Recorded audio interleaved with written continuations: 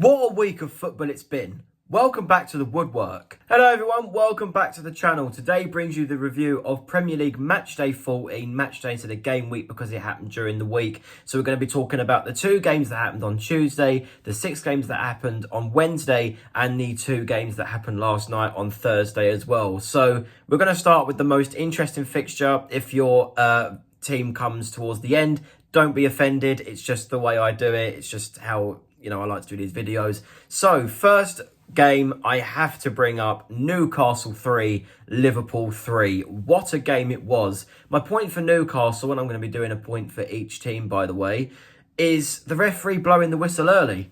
I don't understand why he did that. There was 5 minutes of added time. 3-3 the score was. There wasn't any last minute goals. The latest goal was from Fabian Schär, very, late on in the game, 8th, 9th minute or something like that. But Newcastle have a 3-on-2, a 3-on-1 situation where they could easily break away and score a last-minute winner. Bear in mind, there was a VAR check in the 5 minutes of added time, so the referee should have let the game flow for a little bit longer.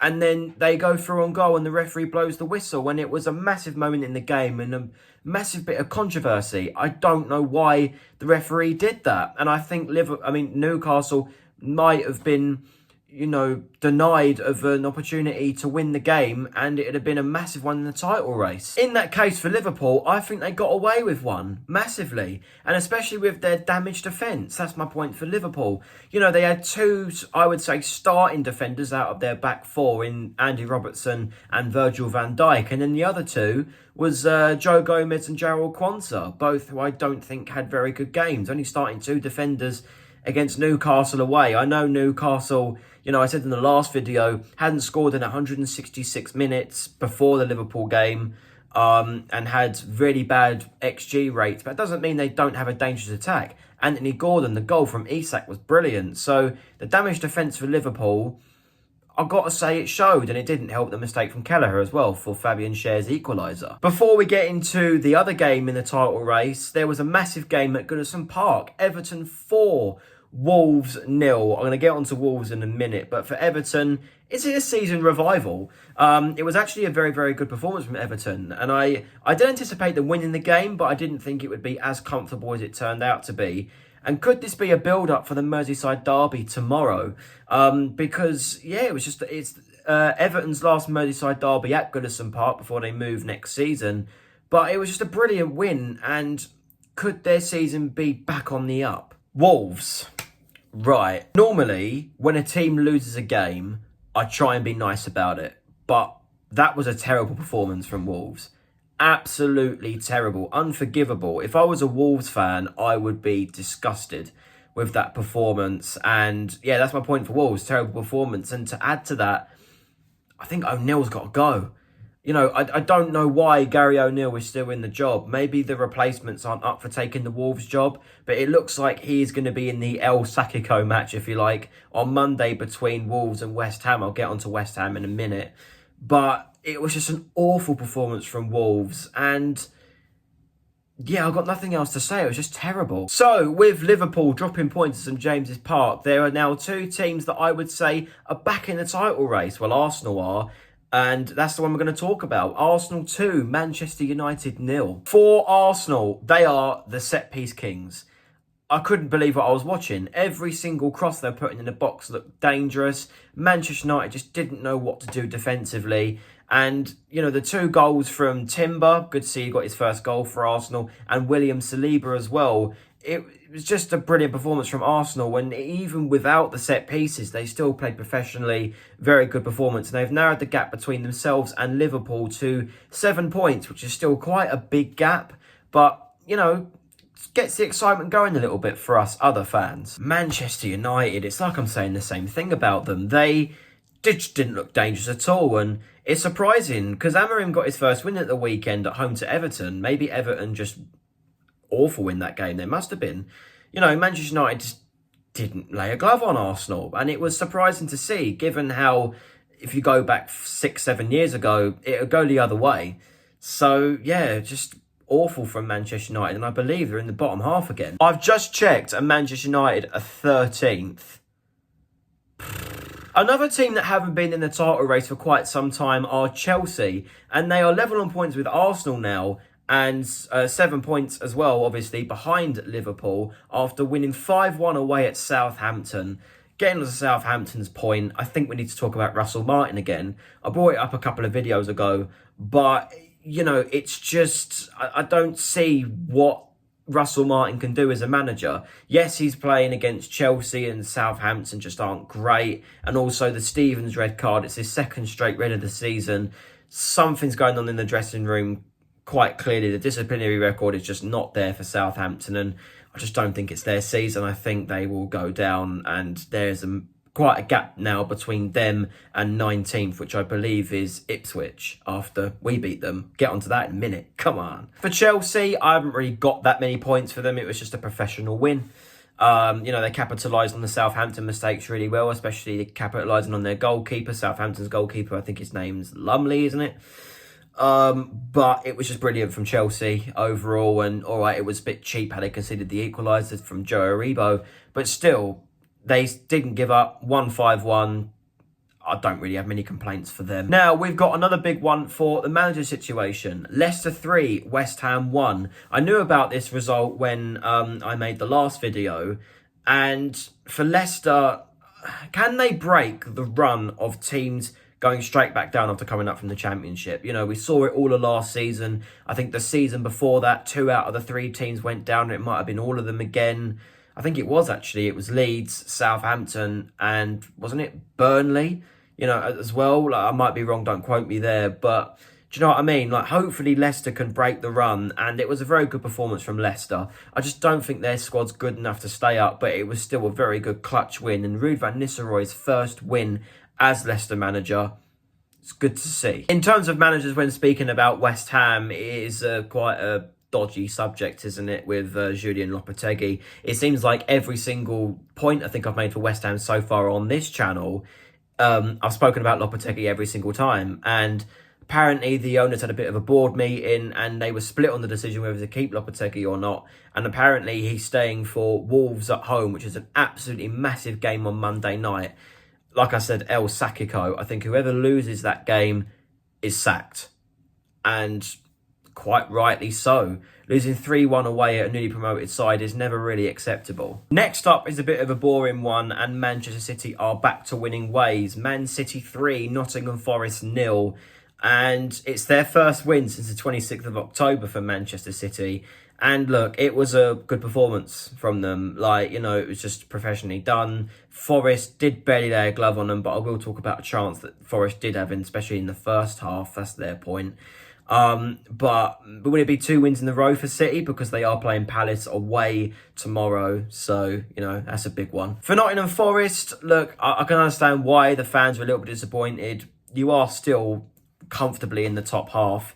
It's that Chris Wood chance, I think, that everyone's disappointed about. I think it's a different game if that goes in. I think it was 2-0 at that point to Man City, and Forest should have had one back, or it might have even been an equaliser. But still a very good win for Man City. And for Forest, it's just a case of bad timing to play them when they've lost that many games in a row. It's weird not putting a 1-0 game last, but in terms of what it means, I think it was it's a meaningful for the team that won, and it is that team there. Full time at Portman Road, Ipswich 0, Crystal Palace 1. For Ipswich, there was barely any quality shown from them, and I, watching this game, was surprised at how poor Ipswich actually looked going forward, and they still nicked a point. They still, like, very nearly did. If Broadhead gets to that ball slightly earlier, that's in the back of the net, and it's 1-1, and they might have nicked a very important point. But I just don't think Ipswich are good enough to stay up. And will questions be asked of Kieran McKenna? I don't think so, because he just hasn't got a great squad to work with, and I think he's done all right with what he has. For Crystal Palace, there was no doubt it was a much-needed win. It's our first Premier League win since the end of October when we beat Spurs, second win of the season, first away win of the season. But my point is, will we be dragged back into the relegation fight very soon? Because it was a much-needed 3 points, but we're only 3 points above the bottom 3, and our next few games, Man City, Brighton, and then we've got Arsenal twice. We've got them in the Carabao Cup and then in the Premier League. before we then go to Bournemouth on Boxing Day. It's very tough games coming up. So can we stay out of the relegation fight is my point for Palace. 3 more games to go, and 2 of them ended 3-1, starting with, in West London, Fulham 3, Brighton 1. Now, this was a good game to watch as a Palace fan. For Fulham, my point is Alex Iwobi.